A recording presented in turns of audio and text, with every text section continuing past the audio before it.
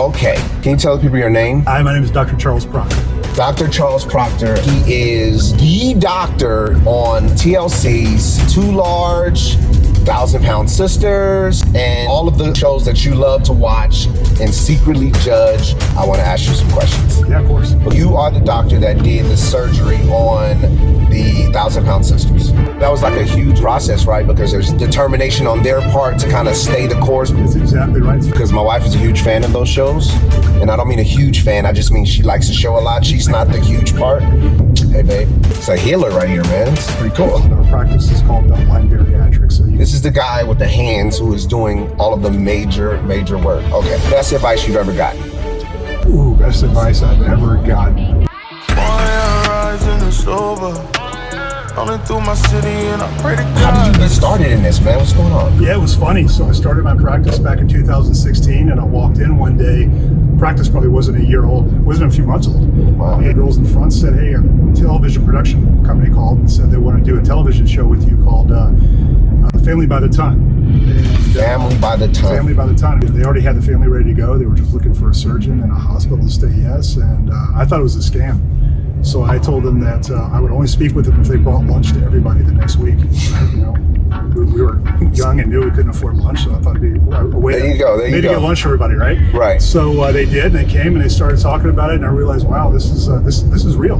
I love it. So 6 months later, we're in production, season 1 of 2 seasons of Family by the Ton. Now, I want to get this clear. You are the doctor that did the surgery on the 1,000-Pound Sisters. I did the surgery on Amy, and Dr. Eric Smith up in Georgetown, Kentucky, operated on Tammy. Wow. And I know that was like a huge, long process, right? Because there's dieting, there is determination on their part to kind of stay the course, because it can go dangerous if they get the surgery and then go back to their way of eating and living, right? That's exactly right. In fact, that's why I didn't operate on Tammy. I wanted her to show that she had some skin in the game, that she would lose some weight at first, and she never did. So she was never really mentally ready for that. You know, there's part of this that's TV, but it's also real life. This is a real person. It's a real person. We have to treat her like we would treat anybody else. And I thought with everything that she needed, it would be better for her to have surgery closer to her home. They live in Kentucky. So I think that you're going to be better served if somebody who is closer to you is looking after you. Got it. So it turned out to be a nice thing, because we almost lost her before she ever made it to surgery. Wow. A couple times we thought that she was going to die due to complications of morbid obesity before she ever got to the operating room. Right. Yeah, well, I mean, salute to the family. And, you know, I heard that they had tragedy recently, but God bless them. I thank you for riding with me. Yeah, thank you for the ride to the airport. Bravo to you. Do you have social media or anything like that? Yeah. So Instagram, Charles Proctor Jr. ND. I can be found on Facebook as well. And our practice is called Beltline Bariatrics, so you can look up me, look at the practice, and, Nice. And follow us and see what it's all about.